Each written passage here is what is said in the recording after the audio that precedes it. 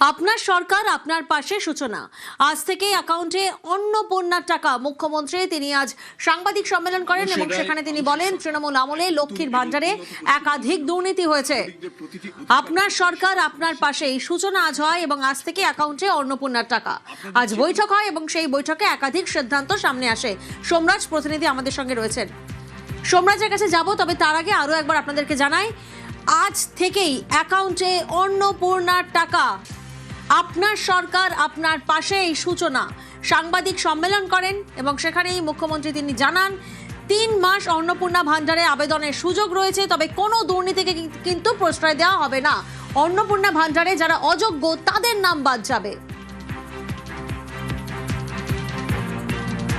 আমরা এসআইআর এর পরবর্তী সময়ে দেখেছি যাদের নাম ভোটার তালিকা থেকে স্থায়ীভাবে বাদ গেছে, এমন লক্ষ লক্ষ ভোটার তালিকায় নাম না থাকা ব্যক্তিগণ বিগত সরকারের লক্ষ্মী ভান্ডার সহ নানা সামাজিক প্রকল্প কেন্দ্র এবং রাজ্যের সুযোগ পাচ্ছিলেন। যাদের বিচারাধীন ছিল এবং পরবর্তীকালে তারা ট্রাইব্যুনালে আবেদন করেছেন, তাদেরকে আমরা স্থায়ীভাবে ভোটার তালিকা থেকে নাম বাদ গেছে এই পর্যায়ে ধরছি না।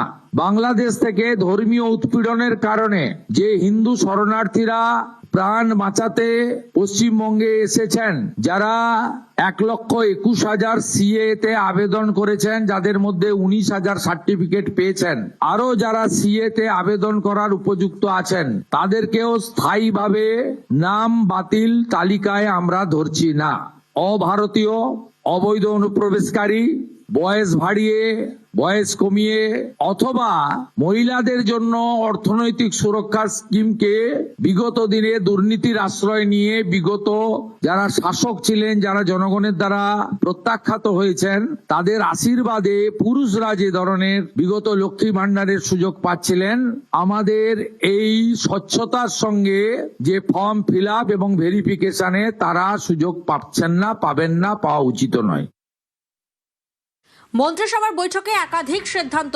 সীমান্তে কাঁটাতার দিতে বিএসএফ কে জমি, বিএসএফ কে ৩১.৯০৫ একর জমি। দিলীপ ঘোষ তিনি জানিয়েছেন আউটপোস্ট তৈরিতে ১.৫৩ একর জমি এবং সেবক রংপুর রেলপথের জন্য ২০ একর জমি। আরো ১১০টি মা আহার ক্যান্টিন হবে। মা ক্যান্টিনের নাম বদলে এবার মা আহার নামকরণ। মা আহার নামে আগে ৩৯০টি চলতো স্থানে আহার ৫ টাকায় মিল দেওয়া হতো। আরো ১১০টি নূতন মাহার প্রকল্পের কেন্দ্র স্থাপিত হবে। মোট ৫০০টি কেন্দ্র থেকে আহার বিতরণ করা হবে ৫ টাকার বিনিময়ে, যেটা মা ক্যান্টিন নাম ছিল, মা আহারের নামে এই প্রকল্প চলবে।